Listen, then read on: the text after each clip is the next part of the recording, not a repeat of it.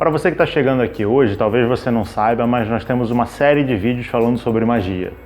E a gente não pode falar de magia sem falar de magia negra.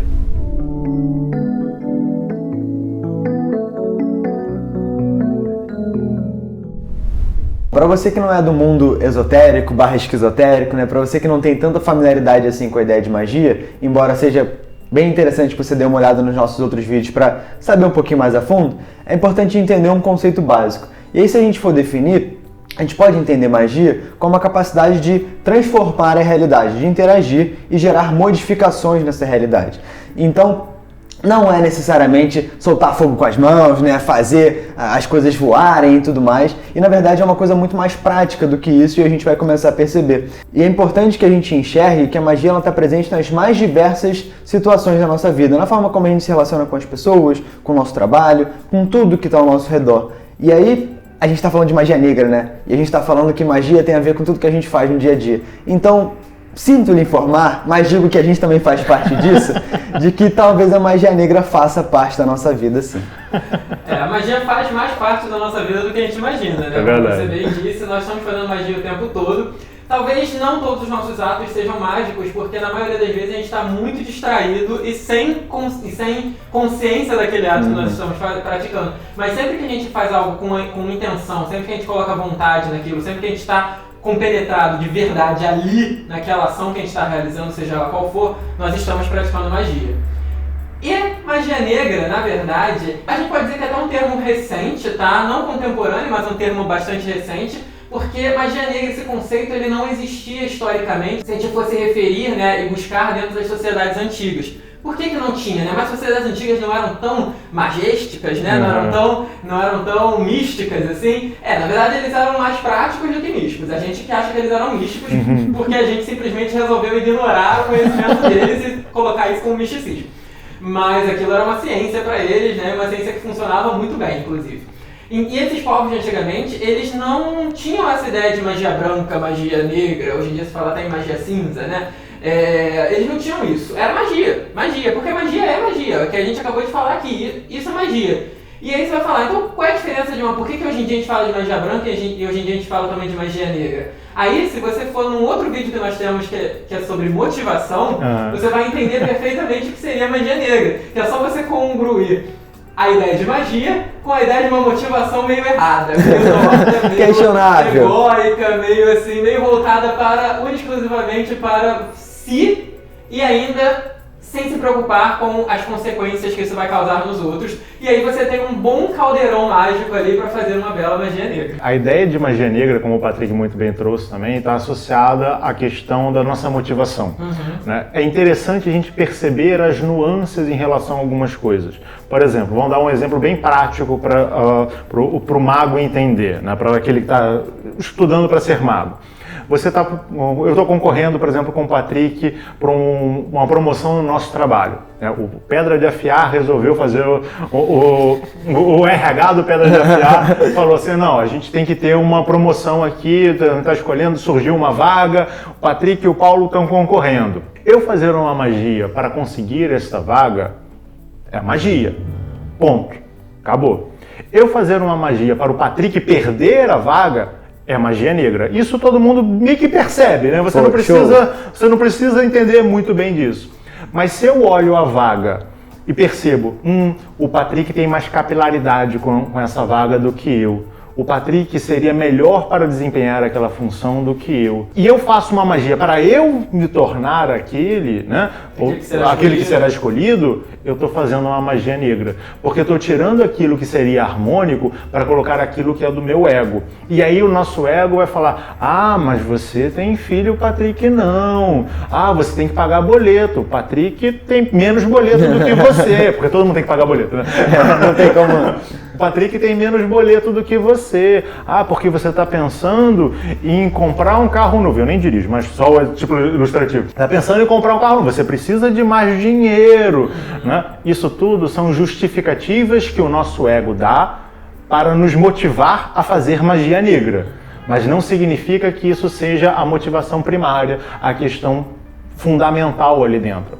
Entender aquilo que nos leva a fazer coisas faz com que a gente fique atento pelo fato de que Muitas das vezes a gente faz magia negra sem até saber que é magia negra. É importante, o bom magista, aquele que pratica magia de maneira verdadeira, ele entende como ele se coloca no mundo. Ele percebe as coisas que acontecem ao redor. A palavra mago vem de magi, que é sábio. O sábio não é aquele que tem um conhecimento intelectivo, mas é aquele que pega o conhecimento intelectivo e coloca de maneira prática. Para colocar de maneira prática, ele tem que entender como as coisas se encaixam no mundo, e assim ele consegue colocar o Patrick, que é melhor qualificado para aquela vaga, naquela vaga. E eu até falo, não, eu saio, eu acho melhor o Patrick.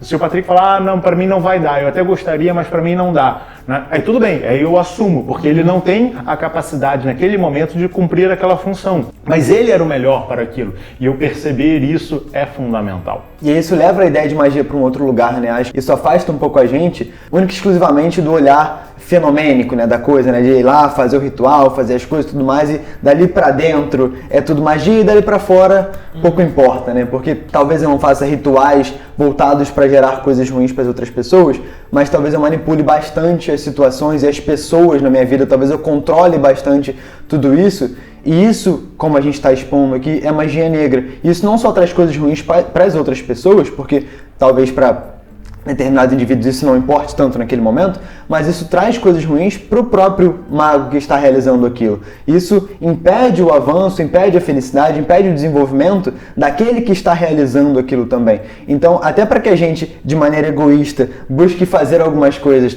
relacionadas à magia, a gente tem que pensar nas consequências disso, porque sempre que tem consequência para os outros, também tem consequência para a gente. O João falou da questão de você, do entorno que você faz. Isso também é magia, isso faz parte do seu ritual. A gente costuma pensar, não, porque o ritual eu tenho que usar a túnica, eu tenho que pegar a minha adaga, eu tenho que sacrificar tal animal, eu tenho que fazer isso, tenho que fazer aquilo.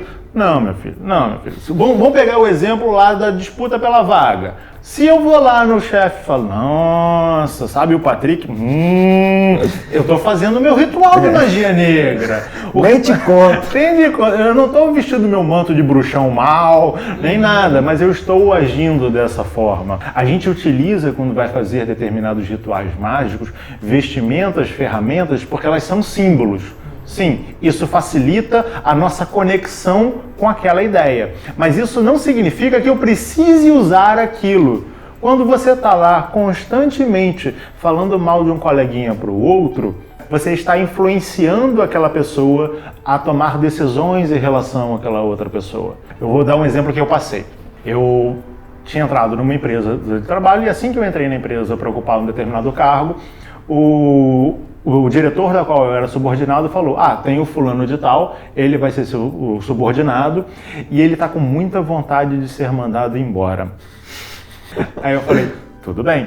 Saí. Aí gerentes de outros setores falaram comigo, não, o fulano de tal quer ser mandado embora. Eu falei, tudo bem, beleza. Todo mundo queria que eu mandasse ele embora.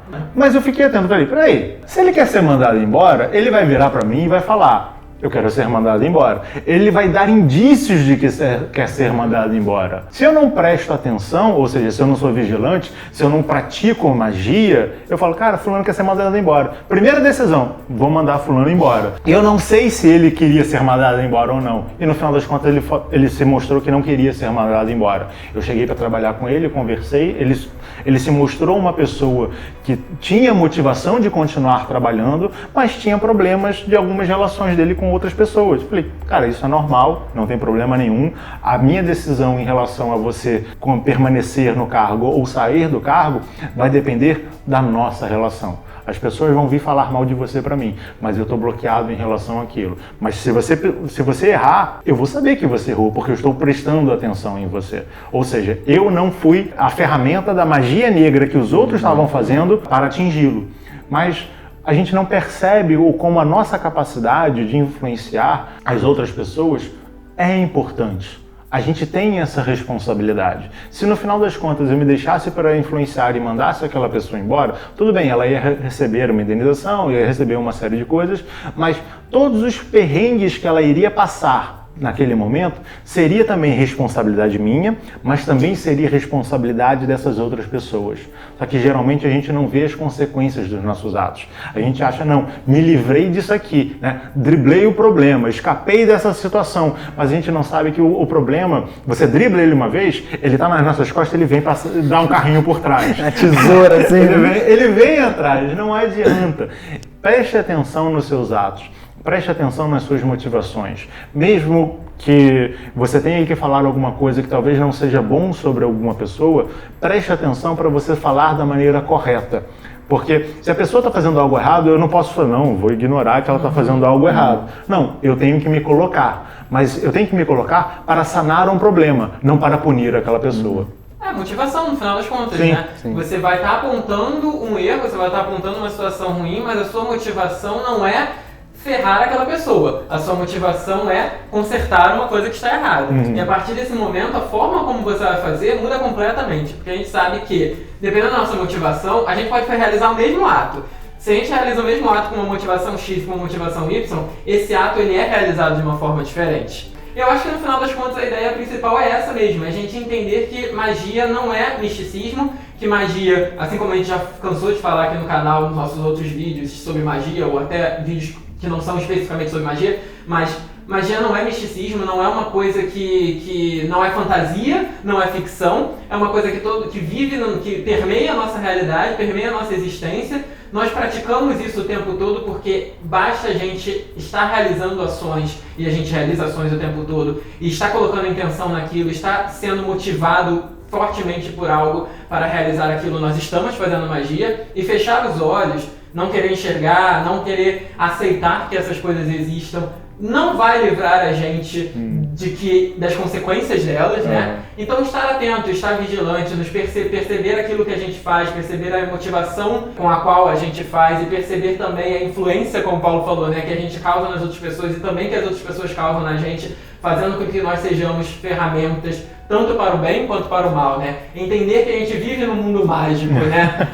Por mais que esse mundo mágico às vezes possa não parecer um mundo mágico no sentido da Disney, mas né, a gente vive num mundo mágico, nós somos magos querendo ou não, e nós temos responsabilidade, assim como todo mago, nós temos responsabilidade por aquilo que nós fazemos. Então, seja aquilo, não importa o que você quiser fazer, entenda que você é responsável por aquilo e você terá que arcar com as consequências daquele seu ato. Então seja consciente, busque fazer coisas sobre as quais você não terá que se preocupar com as consequências, né?